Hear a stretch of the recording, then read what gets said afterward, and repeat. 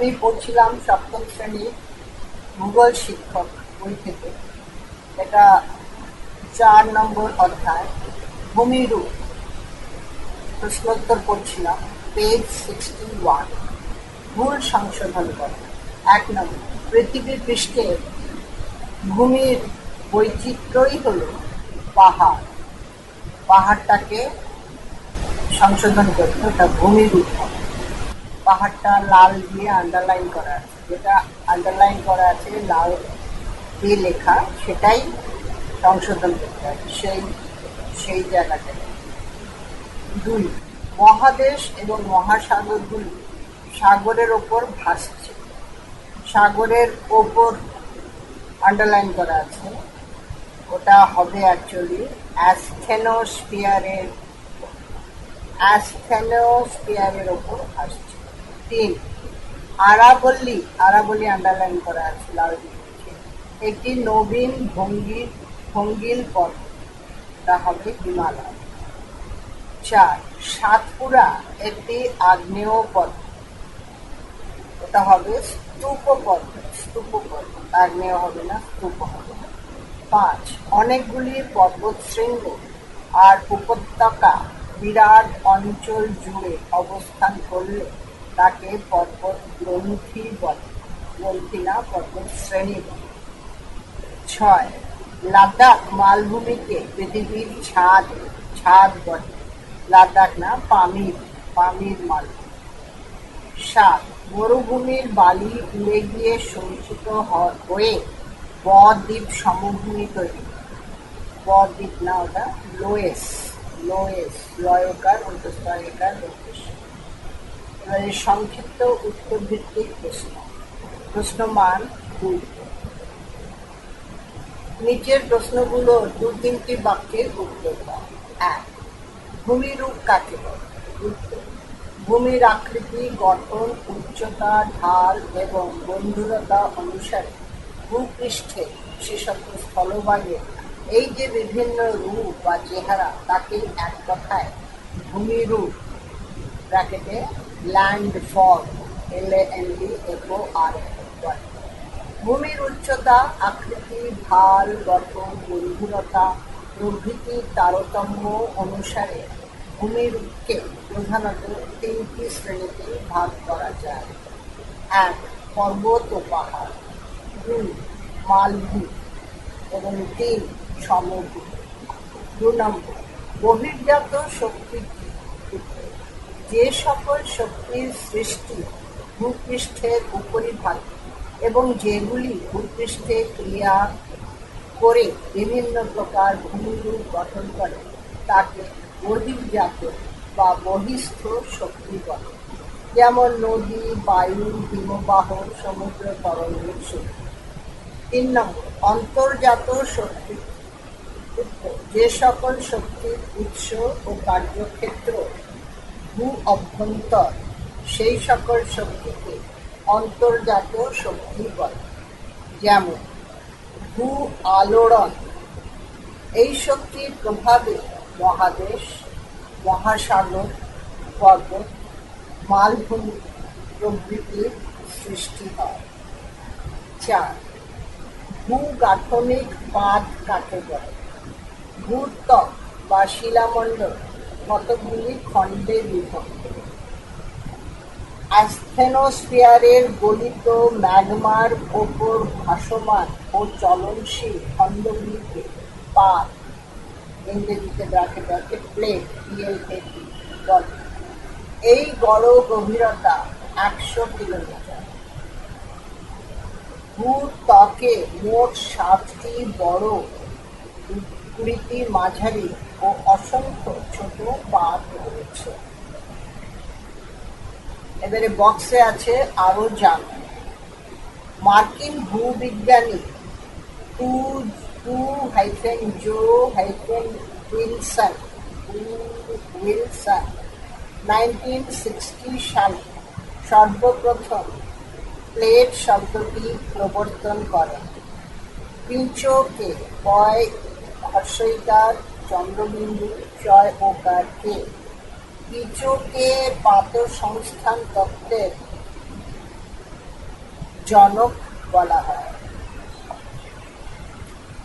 5 নম্বর, asthenosphere বা ক্ষুদ্র মণ্ডল বলতে কি বোঝো? গ্রিক শব্দ এথেন্সের অর্থ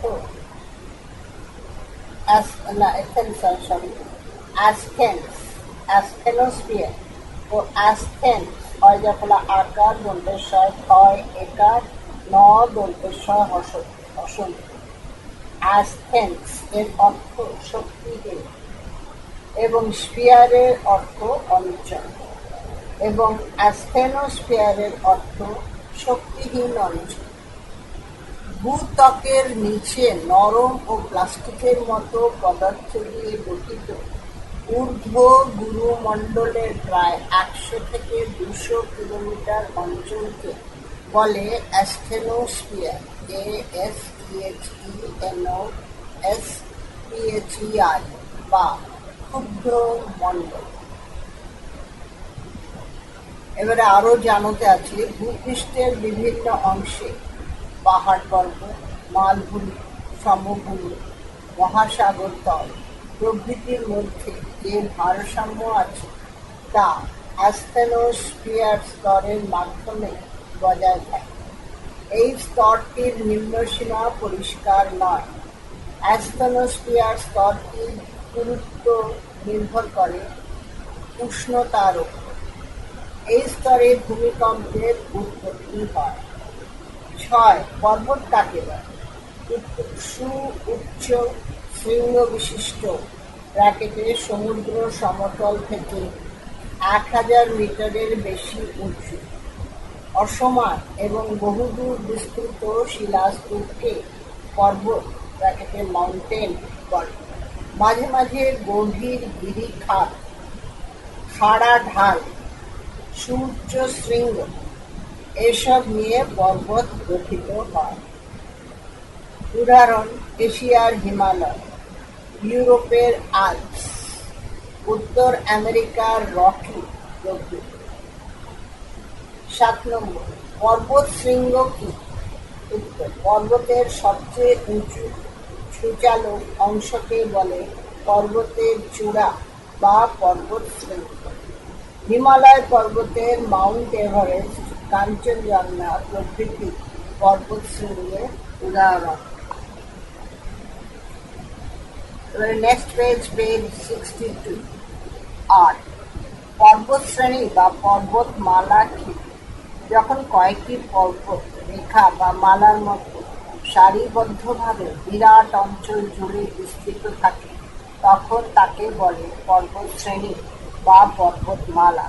মাউন্টেন রেঞ্জ আছে, মাউন্টেন RANG। উদাহরণ: এশিয়ার হিমালয়, ইউরোপের আল্পস, উত্তর আমেরিকার রকি, দক্ষিণ আমেরিকার আন্দিজ প্রভৃতি উল্লেখযোগ্য পর্বতশ্রেণী বা পর্বতমালা। 9 নম্বর, পর্বত গ্রন্থি কাকে বলে? ভূমিভাগের যে স্থানে অনেকগুলি পর্বতশ্রেণী মিলিত হয় বা যে স্থান থেকে অনেকগুলি পর্বতশ্রেণী বিভিন্ন দিকে প্রসারিত হয় সেই উচ্চস্থানকে বলে পর্বত গ্রন্থি। যেমন: পামির গ্রন্থি, আর্মেনীয় গ্রন্থি। ওপরে হিমালয় পর্বতমালার ছবি দিয়েছে, অনেকগুলি পর্বত পাশাপাশি, একই সঙ্গে অনেকগুলি শৃঙ্গওয়ালা পর্বত গ্রন্থি। যেমন: পামির গ্রন্থি, পামির পয়াকার ময় হস্যইকার, আর্মেনীয় ময় একার রেফ নয় দীর্ঘইকার। 10. পর্বতের উপত্যকা কি? দুটি পর্বতের মাঝের নিচু ভূমিভাগকে পর্বতের উপত্যকা বলে। যেমন: হিমালয়ের ডুন উপত্যকা, কাশ্মীর উপত্যকা। এই উপত্যকার মধ্যে দিয়েই নদী প্রবাহিত হয়। 11. পাহাড় কাকে বলে? পর্বতের চেয়ে কম উঁচু এবং কম অঞ্চল জুড়ে বিস্তৃত স্বাভাবিক শিলাস্তূপকে পাহাড় হিল বলে। পাহাড়ের উচ্চতা গড়ে 300 থেকে 1000 মিটার হয়। পাহাড়েও অনেক উপত্যকা থাকে, এবং সেখানকার ভূমির গম্ভীরতা অপেক্ষাকৃত কম হয়।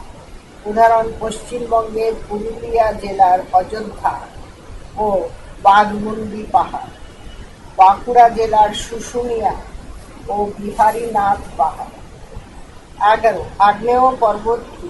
উত্তর: ভূগর্ভের উত্তপ্ত ও গলিত ম্যাগমা, ছাই, ভস্ম, পাথর ইত্যাদি আগ্নেয়গিরির জ্বালামুখ দিয়ে বাইরে বেরিয়ে এসে তার চারপাশে জমে যে শঙ্কু আকৃতির পর্বত গঠন করে তাকে আগ্নেয় পর্বত বা ভলকানিক মাউন্টেন বলে। যেমন ইটালির ভিসুভিয়াস, ভারতের ব্যারেন, নারকোন্ডাম ইত্যাদি। ভিসুভিয়াস পর্বতের ছবি রয়েছে। আরো জানো, বক্সের মধ্যে আছে আগ্নেয় পর্বতের শ্রেণীবিভাগ। গঠন ও আকৃতি অনুসারে আগ্নেয় পর্বতকে 4 ভাগে ভাগ করা যায়। যেমন: 1. শঙ্কু আকৃতির আগ্নেয় পর্বত ব্র্যাকেটে মেক্সিকোর পারিকুটিন, মেক্সিকোর পয়াকার, রয় হস্যইকার, কয় হস্যউকার, টয়ইকার বলতে পারিকুটিন। 2. গম্বুজ আকৃতির আগ্নেয় পর্বত ব্র্যাকেটে হাওয়াই দ্বীপের মৌনা লোয়া, হাওয়াই দ্বীপের মৌনা লোয়া, ময় ওকার, নয় আকার, লয় উকার, উল্টোস্তয় আকার। 3 নম্বর, বিস্ফোরিত জ্বালামুখ বিশিষ্ট আগ্নেয় পর্বত ব্র্যাকেটে আছে আইসল্যান্ডের ক্রাফলা, আইসল্যান্ডের ক্রাফলা, কয় রফলা আকার, ক লয় আকার। 4. মিশ্র শঙ্কু জাতীয় আগ্নেয় পর্বত ব্র্যাকেটে জাপানের ফুজিয়ামা, কয় উকার, বর্গজয় বিকার, উল্টোস্তয় আকার, ময় আকার। 13. মালভূমি কাকে বলে?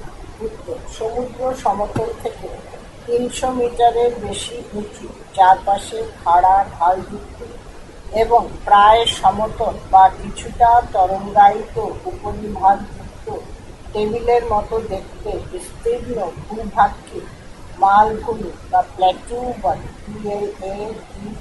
PLATEAU। যেমন: তিব্বতের মালভূমি, ব্রাজিলের মালভূমি, ভারতের ছোটনাগপুর মালভূমি, দাক্ষিণাত্যের মালভূমি। পেজ 63, 14 নম্বর কোশ্চেন। টেবিল ল্যান্ড বলতে কি বোঝো? উত্তর: মালভূমির উপরিভাগ সামান্য তরঙ্গায়িত ও প্রায় সমতল হওয়ার কারণে টেবিলের ধারগুলো যেমন খাড়া হয়, ঠিক তেমনি মালভূমির চারপাশের ঢালও খুব খাড়া, ধারগুলো খুব খাড়া দেখায়। টেবিলের সাথে এরূপ সাদৃশ্যের জন্য মালভূমিকে টেবিল ল্যান্ডও বলে। লাভা মালভূমির ছবি দিয়েছে, লাভা গঠিত মালভূমি তার নিচে দিয়েছে। উত্তর: অনেক সময় ভূগর্ভস্থ ম্যাগমা ভূত্বকের কোনো ফাটল বা দুর্বল অংশের মধ্য দিয়ে নির্গত হয়ে ভূপৃষ্ঠে লাভারূপে স্তরে স্তরে সঞ্চিত হয়। দীর্ঘদিন ধরে সঞ্চিত এই লাভা প্রবাহ ধীরে ধীরে ঠান্ডা ও কঠিন হয় এবং উচ্চতা বৃদ্ধিতে লাভা গঠিত মালভূমি, লাভা মালভূমি এখানে ছবি দিয়েছে। Volcanic plateau, VOLCANIC PLATEAU, lava গঠিত মালভূমির সৃষ্টি করে। উদাহরণ: ভারতের দাক্ষিণাত্য মালভূমি, উত্তর পশ্চিমাংশের লাভা মালভূমি বা ডেকান ট্র্যাপ ইত্যাদি। 16. মহাদেশীয় মালভূমি, মহাদেশীয় মালভূমি কাকে বলে? উত্তর: ভূ আন্দোলনের ফলে ভূপৃষ্ঠের প্রাচীন অংশসমূহ পরস্পর থেকে আলাদা হয়ে মহাদেশীয় মালভূমি ব্র্যাকেটে কন্টিনেন্টাল প্ল্যাটু, CONTINENTAL PLATEAU সৃষ্টি করে। উদাহরণ: ভারতের দাক্ষিণাত্য মালভূমি ও আরবের মালভূমি। 17. তিব্বত মালভূমির পরিচয় দাও। উত্তর: এটি পৃথিবীর বৃহত্তম মালভূমি অঞ্চল।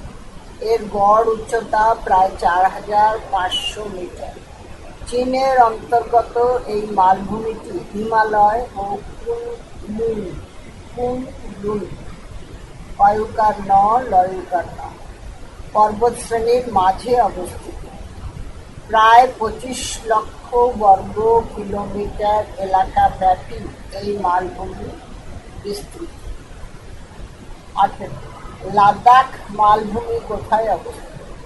ভারতের জম্মু ও কাশ্মীর রাজ্যের উত্তর পূর্বাংশে লাদাখ পর্বতশ্রেণী উত্তর পশ্চিম থেকে দক্ষিণ পূর্বে বিস্তৃত। এই পর্বতেরই উত্তর পূর্বে আছে ভারতের সর্বোচ্চ লাদাখ মালভূমি। এর গড় উচ্চতা 4,000 মিটারেরও বেশি। 19. সমভূমি কাকে বলে? স্থলভাগের যেসব বিস্তীর্ণ এলাকা সমুদ্রপৃষ্ঠের চেয়ে অল্প উঁচু এবং সামান্য ঢালু, সেই ভূভাগগুলিকে সমভূমি প্লেন বলে। সমভূমির গড় উচ্চতা সাধারণত 200 মিটারের কম হয়। উদাহরণ: উত্তর ভারতের গঙ্গা সমভূমি। উত্তরপ্রদেশ, বিহার ও পশ্চিমবঙ্গের বিস্তীর্ণ অঞ্চল এই সমভূমির অন্তর্গত। আরও জান, বক্সের ভেতরে বেশ বড় করে আছে তা। সমভূমির শ্রেণীবিভাগ। ওপরে তোমরা সমভূমির যে 3টি ভাগ পড়লে তা সঞ্চয়জাত সমভূমির অংশ। এগুলি বাদে সমভূমির অন্যান্য ভাগও আছে। তোমরা একটু বিশদে সমভূমির শ্রেণী বিভাগটা জেনে রাখো। ওপরের 3টে আমরা পড়েছি। উত্তর ভারতের গঙ্গা সমভূমি, উত্তরপ্রদেশ, বিহার ও পশ্চিমবঙ্গের বিস্তীর্ণ অঞ্চল এই সমভূমির অন্তর্গত। এবারে অন্য সমভূমি লাইন টেনে অ্যারো মার্ক দিয়ে 3টে ভাগ করা হয়েছে: সঞ্চয়জাত সমভূমি, ক্ষয়জাত সমভূমি, ভূ আন্দোলনের ফলে গঠিত সমভূমি। 3টে রং দেওয়া হয়েছে: সঞ্চয়জাতকে গ্রিন কালার, ক্ষয়জাতকে ব্লু কালার, ভূ আন্দোলনের ফলে গঠিত সমভূমিকে পিঙ্ক কালার। এবারে সঞ্চয়জাত সমভূমিকে আবার লাইন টেনে 5টা ভাগে ভাগ করা হয়েছে: পলি সমভূমি, লোয়েস সমভূমি, বাজাদা, লাভা সমভূমি, হিমবাহ সমভূমি। প্রথমটাকে আবার 4 ভাগে ভাগ করেছে পলি সমভূমি, অন্যগুলো আর ভাগ হয়নি। পলি সমভূমি আবার লাইন টেনে 4টে বক্স, সবগুলোই গ্রিন। প্লাবন সমভূমি, বদ্বীপ সমভূমি, উপকূলের সমভূমি, হ্রদ সমভূমি। এটা সমভূমি শেষ হলো। তারপরে ব্লু বক্সে আসছি, ক্ষয়জাত সমভূমি। এটা 2 ভাগে ভাগ করা হয়েছে: সমপ্রায় ভূমি আর পেডিমেন্ট। কয়েকার, ডয়কার, ময়েকার, নয়কার। সমপ্রায় ভূমি আর পেডিমেন্ট, এগুলোর আর কোনো ভাগ নেই। তারপরে লাস্টে ভূ আন্দোলনের ফলে গঠিত সমভূমি, এটা পিঙ্ক কালারের। এটাকে 2 ভাগে ভাগ করা হয়েছে: উন্নত সমভূমি, অবনত সমভূমি। এই সমভূমির বিভিন্ন ভাগ এটা শেষ করলাম। পেজ 63 শেষ হলো। পেজ 64, কোশ্চেন 20, পলিগঠিত সমভূমি কাকে বলে? উত্তর: সাধারণত নদী বাহিত পলি, বালি ইত্যাদি নদীর দুপাশে বা মোহনার কাছে সঞ্চিত হয়ে যে সমভূমির সৃষ্টি হয় তার পলিগঠিত সমভূমি। Alluvial plain, ALLUVIAL, plain, PLAI। এখানে ছবি দিয়েছে পলিগঠিত সমভূমি, এখন নদী বয়ে যাচ্ছে, নদীর দুধারে সঞ্চিত হয়েছে নদীবাহিত পলি আর বালি, নদীর দুপাশে হয়ে পলিগঠিত সমভূমির সৃষ্টি হয়েছে। উদাহরণ: গঙ্গা সমভূমি, হো ইয়াং হো সমভূমি, অয়কার অন্তস্থ অয় আকার অনুসার হয় ওকার, হো ইয়াং হো সমভূমি। এবারে আরো জান, বক্সের ভেতরে আছে। পলিগঠিত সমভূমিকে 4 ভাগে ভাগ করা যায়: প্লাবন সমভূমি, বদ্বীপ সমভূমি, উপকূলের সমভূমি, হ্রদ, 4 নম্বর হচ্ছে হ্রদ সমভূমি। কোশ্চেন 21, লাভার সমভূমির সৃষ্টি হয়েছে কিভাবে? ভূগর্ভস্থ উত্তপ্ত তরল ম্যাগমা ভূত্বকের কোনো ফাটল দিয়ে বাইরে বেরিয়ে ভূপৃষ্ঠে জমাট বেঁধে যে সমভূমির সৃষ্টি হয় তাকে বলা হয় লাভা গঠিত সমভূমি, ব্র্যাকেটে লাভা প্লেন। যেমন দাক্ষিণাত্য মালভূমির উত্তর ভাগের লাভা গঠিত সমভূমি। কোশ্চেন 22, জীবন্ত বা সক্রিয় আগ্নেয়গিরি কাকে বলে? উত্তর: যে ধরনের আগ্নেয়গিরি থেকে প্রায়ই অগ্ন্যুৎপাত হয় তাদের জীবন্ত বা সক্রিয় আগ্নেয়গিরি বলে। এই প্রকার আগ্নেয়গিরি 2 ভাগে বিভক্ত, যেমন: 1. অবিরাম আগ্নেয়গিরি, ব্র্যাকেটে অনবরত অগ্ন্যুৎপাত হয়, ইটালির ভিসুভিয়াস, ভয়িকার কণ্ঠস্বর উকার, আবার ভয়িকার অন্তস্থ হয় আকার কণ্ঠস্বর। এবং 2. সবিরাম আগ্নেয়গিরি, একটা অবিরাম অন্যটা সবিরাম, কিছুদিন অন্তর অগ্ন্যুৎপাত হয়। এটা অবিরাম হচ্ছে অনবরত অগ্ন্যুৎপাত, কিছুদিন অন্তর অগ্ন্যুৎপাত হয়, সবিরাম। ইটালির স্ট্রমলি দন্তেশ্বয় টয় রফলা ময় ব লয় ইকার। 23. সুপ্ত আগ্নেয়গিরি কাকে বলে? যেসব আগ্নেয়গিরি থেকে অনেক দিন অগ্ন্যুৎপাত হয়নি কিন্তু যে কোনো সময়ে হতে পারে, এই রূপ আগ্নেয়গিরিকে সুপ্ত আগ্নেয়গিরি বলা হয়। যেমন: জাপানের ফুজিয়ামা, হয় উকার বর্গের জয় হর্ষইকার অন্তস্থ হয় আকার ময় আকার, ফুজিয়ামা। মেক্সিকোর পোপোক্যাটেপেটল, অয়কার পয়কার কয়জকলা আকার টয় একার কয় একার ডল। 24. মৃত আগ্নেয়গিরি কি? যেসব আগ্নেয়গিরি থেকে বহুকাল আগে অগ্ন্যুৎপাত হয়েছে কিন্তু ভবিষ্যতে আর অগ্ন্যুৎপাত করার সম্ভাবনা নেই তাদের মৃত আগ্নেয়গিরি বলা হয়। উদাহরণ: আন্দামান ও নিকোবর দ্বীপপুঞ্জের নারকোন্ডাম, মায়ানমারের পোপা, অয়কার কয়াকার, নারকোন্ডাম, 9 আকার র কয় ওকার 9 টয় আকার ম, আর মায়ানমারের পোপা। 25. আর্মেনীয় গ্রন্থি থেকে বিস্তৃত পর্বতশ্রেণীগুলির নাম দেন। উত্তর: আর্মেনীয় গ্রন্থি থেকে বিভিন্ন দিকে পর্বতশ্রেণী বিস্তৃত হয়েছে, যেমন, 2 কলম করেছে, পর্বতশ্রেণী আর বিস্তৃতির দিক। জাগ্রস পর্বতশ্রেণীর নিচে আছে জাগ্রস ও এলবুর্জ, বর্গের জয় আকার গয় রফলা ওকার দন্তেশ্বর, জাগ্রস ও এলবুর্জ, এ ল বয় উকার বর্গের জয় রেফ, এলবুর্জ। বিস্তৃতির দিক হচ্ছে পূর্ব। পন্টিক ও টরাস পর্বতশ্রেণীর নাম পন্টিক ও টরাস, বিস্তৃতির দিক হচ্ছে উত্তর পশ্চিম। প 9 টয় হর্ষইকার ক, ও টরাস ট রয়াকার দৈর্ঘ্য। বিস্তৃতির দিক হচ্ছে উত্তর পশ্চিম। এরপর সংক্ষিপ্ত ব্যাখ্যামূলক উত্তর ভিত্তিক প্রশ্ন। প্রশ্ন মান ৩। নিচের প্রশ্নগুলি ৫-৬টি বাক্যে উত্তর পায়। প্রশ্ন ১। পর্বতের বৈশিষ্ট্য লেখো।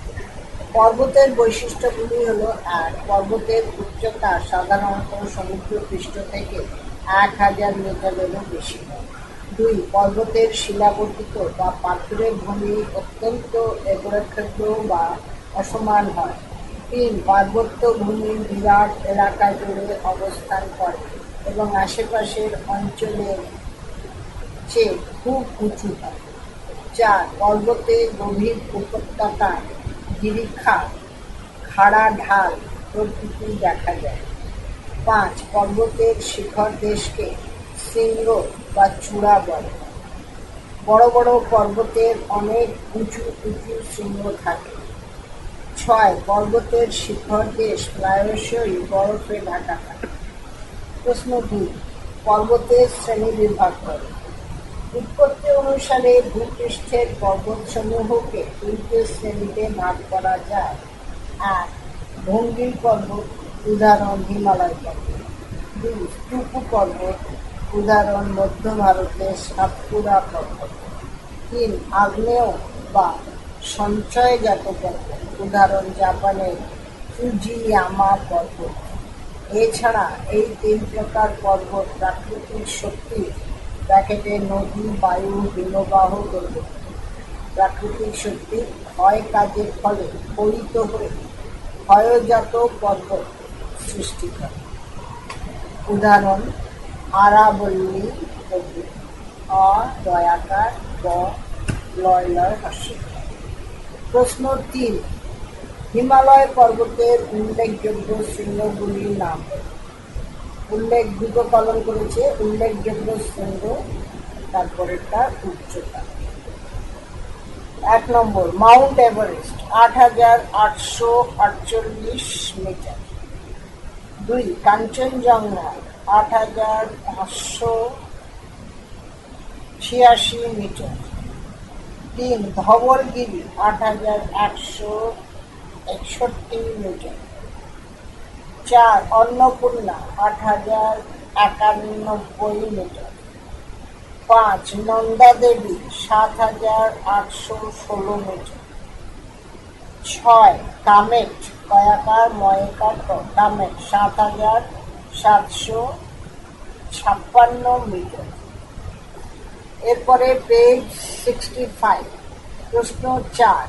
পামির গ্রন্থি থেকে বিস্তৃত পর্বত শ্রেণীগুলির নাম বলো। উত্তর: পামির গ্রন্থি থেকে বিভিন্ন দিকে পর্বতশ্রেণী বিস্তৃত হয়েছে। পর্বতশ্রেণী, তারপরে বিস্তৃতির দিক। পর্বতশ্রেণীর নিচে রয়েছে হিমালয় ও কারাকোরাম।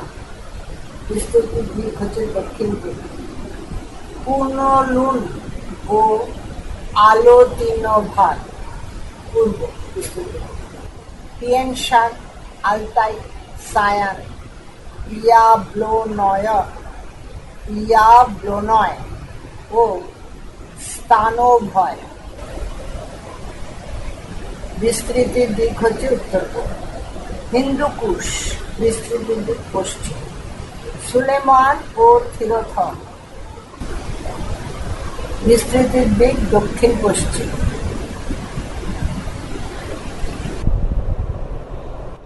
প্রশ্ন ৫। পাহাড়ের বৈশিষ্ট্য লেখো। উত্তর: পাহাড়ের বৈশিষ্ট্যগুলি হল: ১. পাহাড়ের উচ্চতা গড়ে সমুদ্রপৃষ্ঠ থেকে ৩০০ থেকে ১,০০০ মিটার হয়। ২. পাহাড়েও অনেক শৃঙ্গ থাকে, তবে সেগুলি পর্বতশৃঙ্গের মতো অত উঁচু হয় না। এগুলি তীক্ষ্ণ, চ্যাপ্টা বা সমতল ও গোলাকার হয়ে থাকে। ৩. পাহাড়েও অনেক উপত্যকা থাকে। ৪. এখানকার ভূমির বন্ধুরতা মাঝারি হয়। ৫. প্রকৃতপক্ষে পাহাড় হল পর্বতের ক্ষুদ্র প্রতিরূপ। প্রশ্ন ৬। ভঙ্গিল পর্বত কাকে বলে? ভূপৃষ্ঠের এক বিস্তৃত অঞ্চলের শিলাস্তরে ঢেউয়ের মতো ভাঁজ পড়ে যে পর্বতের সৃষ্টি হয় তাকে বলে ভঙ্গিল পর্বত (ফোল্ড মাউন্টেন). উদাহরণ হিমালয় পর্বত। এই পর্বত দুই প্রকার, এক প্রাচীন ভঙ্গিল পর্বত ব্র্যাকেটে আরাবল্লী পর্বত, দুই নবীন ভঙ্গিল পর্বত হিমালয় পর্বত। প্রাচীন ভঙ্গিল পর্বতের ছবি দিয়েছে আরাবল্লী।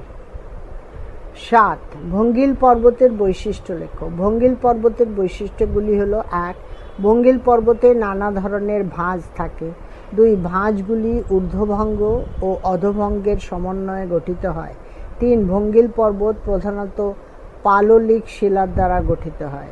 4 ভঙ্গিল পর্বতে জীবাশ্ম পাওয়া যায়। 5 এই ধরনের পর্বতের অধিকাংশ শৃঙ্গ বা চূড়া শঙ্কু আকৃতির হয়। এবারে বক্সে আছে আরও জানো। ভঙ্গিল পর্বতে প্রতিসম ভাঁজ, অপ্রতিসম ভাঁজ, অতিরিক্ত ভাঁজ বা ওভারফোল্ড, রিকামোভেন্ট ফোল্ড, ওভারথ্রাস্ট, ন্যাপ প্রভৃতি ভাঁজ দেখতে পাওয়া যায়। প্রশ্ন 8 স্তূপ পর্বত কাকে বলে? ভূ আলোড়নের ফলে ভূপৃষ্ঠের কঠিন শিলাস্তরে কখনো কখনো ফাটলের সৃষ্টি হয়। ওই ফাটলের একদিক বসে গিয়ে চ্যুতির সৃষ্টি হয়। এইরূপ দুটি ফাটলের মধ্যবর্তী অংশ যখন পার্শ্ববর্তী অংশ থেকে ওপরে উঠে যায় তখন যে পর্বতের সৃষ্টি হয় তাকে স্তূপ পর্বত বা ব্লক মাউন্টেন বলে। এছাড়া চাপের ফলে দুটি চ্যুতির মধ্যবর্তী অংশ বসে গেলে দুপাশের অংশ ও অপেক্ষাকৃত উঁচুতে অবস্থান করে যখন পর্বতের রূপ নেয় তখন তাকে স্তূপ পর্বত বলে। উদাহরণ ভারতের সাতপুরা পর্বত স্তূপ পর্বত ছবি দিয়েছে।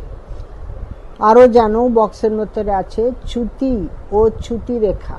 অনেক সময় প্রবল ভূ আলোড়নের ফলে ভূপৃষ্ঠের কোথাও প্রচণ্ড টান বা সংকোচনের সৃষ্টি হয়। এর ফলে সেখানকার শিলাস্তরে কোনাকুনিভাবে বা খাড়াভাবে ফাটল দেখা দেয়। এরপর আবার ভূ আলোড়ন হলে ওই ফাটলের একদিকের অংশ অপর দিকের অংশ থেকে বিচ্যুত হয়ে নিচে বসে যায় বা ওপরে উঠে আসে।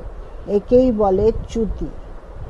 চয় জফলা হর্ষৌকার তয় ইকার। যে রেখা বরাবর চ্যুতি সৃষ্টি হয় তাকে বলে চ্যুতি রেখা। প্রশ্ন 9 স্তূপ পর্বতের বৈশিষ্ট্য লেখো। উত্তর: স্তূপ পর্বতের বৈশিষ্ট্যগুলি হল: 1 স্তূপ পর্বতের দুই পাশের বা চ্যুতিরেখার দিকের ঢাল বেশ খাড়া হয়। 2 এই পর্বতের মাথা কিছুটা চ্যাপ্টা হয়। 3 স্তূপ পর্বত পেজ 66 ভঙ্গিল পর্বতের মতো অত উঁচু হয় না বা সুবিস্তৃত অঞ্চল জুড়ে স্তূপ পর্বত দেখা যায় না। 4 স্তূপ পর্বতের পাশে সাধারণত গ্রস্ত উপত্যকা থাকে। 5 এই ধরনের পর্বত সাধারণত শৃঙ্গবিহীন হয়। এটা পেজ 66 জাস্ট শুরু করেছি, এই ফাইলটি এখানেই শেষ করছি। প্রশ্ন 9 নম্বর শেষ করেছি। পরের অংশ পরের ফাইলে পড়ব।